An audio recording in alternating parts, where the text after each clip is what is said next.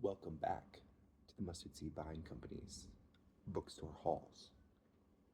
As usual, we are in the pursuit of the uncanny, the unbelievable, the unpalpable, the unpalatable, the un.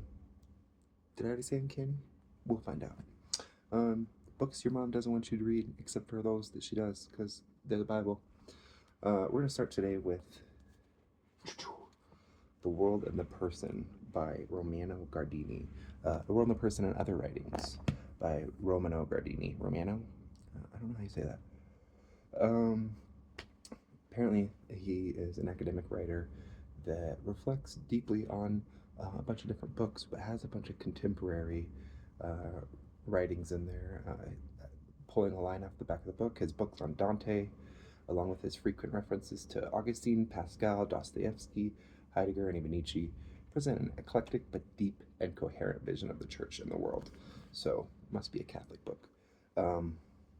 Interested in it? Now, my copy came hyper-doxed. Now, doxing is when on cheap paper that oxygen gets inside and starts to bring out the metals, I guess, or rust or something. Now, this copy was much darker in a lot more places. I did take some sandpaper to it just to clean it up a bit. You can do that with any book. It is wood. The only drawback to it is that when you do it, is you get a bit of sawdust off of it. But really interested in reading that one, actually. Seems like some material that I'd be into.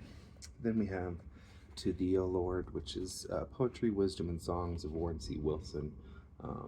This is an independently published book from Tennessee, and just the kind of thing that I will pick up for $1 or $2 at a thrift store. Don't ever expect to sell it, but I do like to kind of rescue it from the bins of history.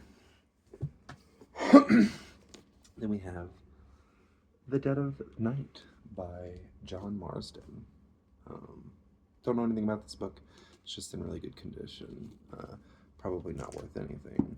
But again, for $1, I will buy almost any really clean book that I feel is unique enough to preserve in history. Again, falling in the exact same category.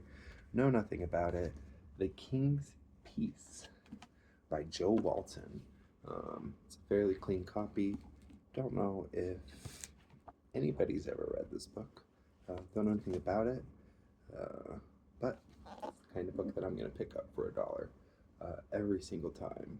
Just on the offhand chance that someday that I'll read it, or connect with somebody that does want to read it.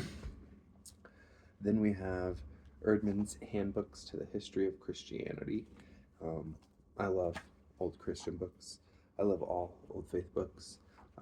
This one in particular seems to be a sort of young adult.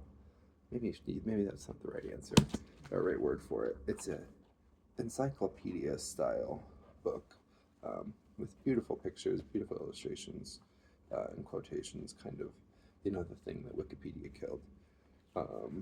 But, I don't know that anybody's ever really interested in these types of things, but I really like them, and I think they're cute. Ooh, then we have a first edition of Where the Sidewalk Ends by Shel Silverstein. Finally, a book you recognize. I'll pick up any clean copies that I come across for $1 or $2. Just for my personal collection. Shel Silverstein is classic, timeless, and without dispute, one of the better poets of all time. We owe a lot to him.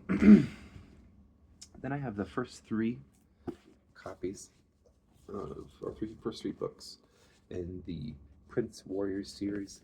Again, I have no interest in these. I probably won't read these, but I want to say it costs $4 to get all 3 of them.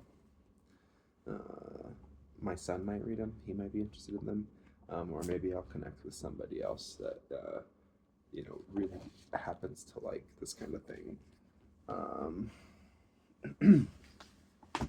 Next, I found a copy of Germs by Judith Miller, Stephen Engelberg, William Broad. Don't know anything about this book. Biological Weapons and America's Secret War. Happened to just flick through this a bit, by Simon and Schuster. It's copyright 2001. So obviously this is a pre-COVID book that goes on into germs and sickness. Interested in seeing what it has to say. More towards my favorite weird side of things, the challenge of cults and new religions. This is the essential guide to their history, their doctrine, and our response. This is a Christian perspective book, hyper clean as usual. If I'm going to pick it up, it's going to be clean. For $2, anti-cult Christian book. Completely understand the perspectives that these types of things chase, but obviously all of us need to.